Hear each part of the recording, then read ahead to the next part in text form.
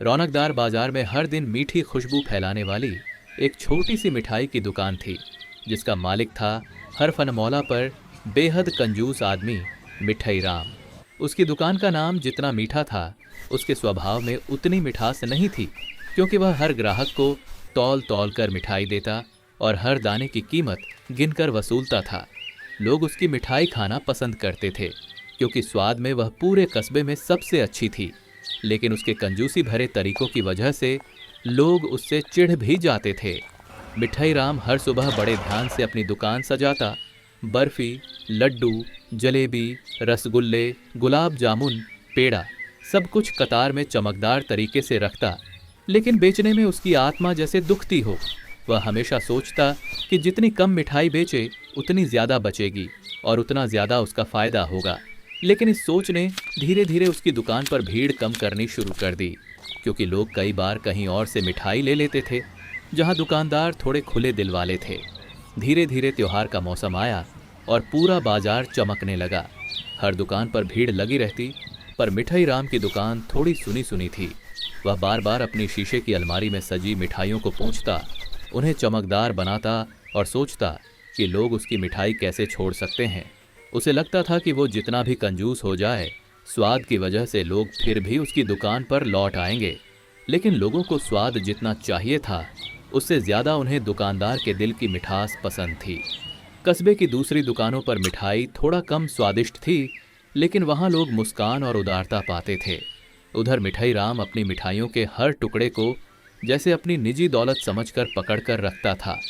एक दिन जब दशहरे के मेले की तैयारियां जोरों पर थीं, बाजार में खास मिठाई मेला लगा। हर दुकान शानदार छूट, उपहार या अतिरिक्त मिठाई दे रही थी। मिठाई राम भी अपनी दुकान पर बैठा सोच रहा था कि ऐसा कोई ऑफर देना उसके लिए घाटे का सौदा होगा। वह मन में गणित बिठा रहा था कि अगर वह एक पेड़ा भी कम दे देगा तो उसकी बचत कितनी बढ़ जाएगी।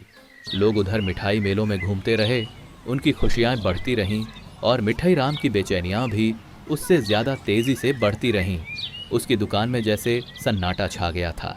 समय धीरे धीरे बीतता गया और शाम होने लगी। मिठाई राम की आंखों के सामने पूरा दिन खाली बीता और उसकी मिठाइयाँ एक एक करके सूखने लगीं, चमक खोने लगीं और उनका ताज़ापन कम होने लगा। रात करीब होते होते उसे एहसास होने लगा कि उसकी मिठाई चाहे कितनी भी स्वादिष्ट क्यों न हो, अगर वह लोगों को अपनापन नहीं देगा तो लोग उसे छोड़ देंगे। उसने सोचा कि कंजूसी ने उसे कभी फायदा नहीं दिया, बल्कि रोज रोज कुछ न कुछ नुकसान ही कराया। अगले ही दिन उसने मिठाई की दुकान को पहले से ज्यादा साफ सुथरा सजाया, मिठाइयों को फिर से ताज़ा बनाया और दुकान के सामने एक बड़ा सा बोर्ड लगा दिया, जिसमें लिखा था कि हर ग्राहक को थोड़ी सी अतिरिक्त मिठाई उपहार में मिलेगी। यह देखकर लोग चौंके भी और खुश भी हुए। धीरे धीरे उसकी दुकान पर लोग आने लगे, मुस्कुराने लगे और मिठाई राम भी लंबे समय बाद पहली बार खुश हुआ, क्योंकि उसे एहसास हुआ कि दिल से दिया गया थोड़ा सा उपहार उसके लिए बड़े लाभ में बदल सकता है। धीरे धीरे कस्बे के लोग फिर से उसकी दुकान पर विश्वास करने लगे और मिठाई राम ने भी समझ लिया कि मिठाइयों का व्यापार सिर्फ स्वाद से नहीं, दिल की मिठास से चलता है।